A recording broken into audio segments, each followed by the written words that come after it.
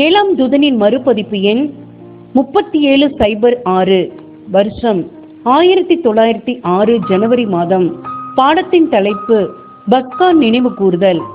April 8, 1906.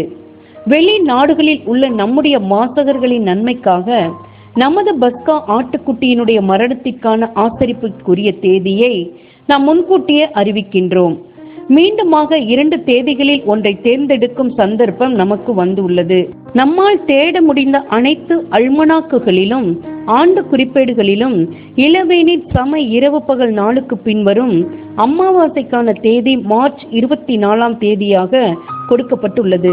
இந்த தேதியிலிருந்து கணக்கிடுகையில் Nisan 13ஆம் தேதியினுடைய இரவாகிய நினைவு கூறுதலின் நாளின் தேதியானது ஏப்ரல் 6ஆம் தேதியாக காணப்படுகின்றது.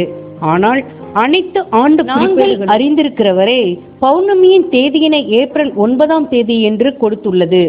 நாம் ஏற்கனவே சுட்டி காண்பித்திருக்கிற பிரகாரம் வேத வாக்கியங்களில் சந்திரனானது யூத ஜாதிக்கு அடையாளமாய் இருக்கின்றது மற்றும் இதற்கான நோக்கம் இஸ்ரேலுக்கான வாய்ப்புகளும் பரீட்சைகளும் நமது கர்த்தர் சிலுவையில் அறையப்படும் காலப்பகுதியில் முழு அளவில் காணப்பட்டது என்பதற்கும் சிலுவையில் அறையப்பட்ட காலம் முதற்கொண்டு அந்த ஜாதியாருக்கான ஒளி நலிவுற ஆரம்பித்தது என்பதற்கும் அடையாளமாக காணப்படவே ஆகும்.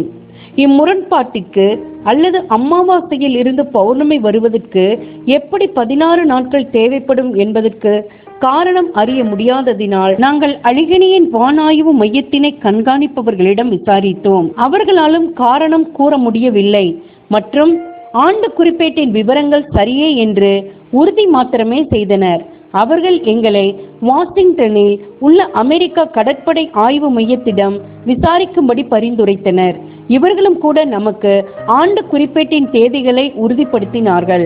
ஆனாலும் இந்த முரண்பாட்டினுடைய வினோதத்திற்கான காரணத்தை அல்லது சாதாரணமாகவே சந்திரன் ஆனது பௌர்ணமி பாகத்தை அடைவதற்கு 14 நாட்கள் போதுமானதாய் இருக்க ஏன் இத்தருணத்தில் 16 நாட்கள் எடுத்துக்கொள்கின்றது என்பதற்கான காரணத்தை கொடுக்க முடியாதவர்களாய் இருந்தார்கள். அமெரிக்க கடற்படை ஆய்வு மையம், வாஷிங்டன் டிசி, திரு CD ரசல் ஐயா, கடந்த 31ஆம் தேதியன்று நீங்கள் அனுப்பியுள்ளதான செய்தியினை நான் பெற்றுக்கொண்டேன்.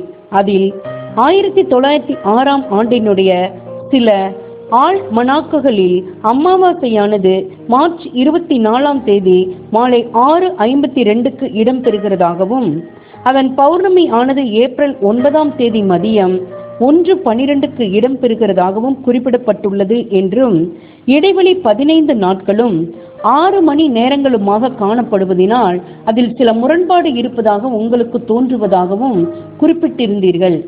இதற்கு பதிலளிக்கும் வண்ணமாக நான் உங்களுக்கு தகவல் அளிப்பது என்னவெனில், கூறப்பட்டுள்ள தகவல் சரியாக உள்ளது என்பதும் நேரமானது கிழக்கித்திய நேரப்படி உள்ளது என்பதுமே ஆகும். சந்திரனுடைய வட்டத்தின் விலகல், சுற்றுப்பாதையின் வட்ட விலகல் காரணமாக அமாவாசைக்கும் பௌர்ணமிக்கும் இடையிலான காலப்பகுதியானது அபூர்வமாக 15 நாட்களை தாண்டுகின்றதாய் இருக்கின்றது. உங்கள் மதிப்புக்குரிய வால்டர் எஸ் ஹாஸ்மேன், கணித பேராசிரியர், USN கடலோடிகளின் ஆண்டு குறிப்பு நூல் இயக்குனர், நினைவு கூர்தல் ஆசரிப்பதற்கான சரியான தேதியினை துல்லியமாய் உறுதிப்படுத்திடுவதற்கு நாங்கள் எவ்வளவு நுணுக்கமாய் ஆராய்ந்திட்டாலும் துல்லியமான தேதியை முக்கியமானது என்ற எண்ணத்தினை பதிய வைத்திடுவதற்கு நாம் விரும்பவில்லை. ரோமர் 6ஆம் அதிகாரம் 14ஆம் வசனம், நாம் நியாயப்பிரமாணத்தின் கீழ் காணப்படாமல் கிருபையின் கீழ் காணப்படுகின்றோம். நினைவு கூர்தலை நாம் ஆசரித்தல் என்பது சுலாக்கியமும் வாய்ப்புமே ஒழிய கட்டாயப்படுத்தும் கட்டளை அல்ல.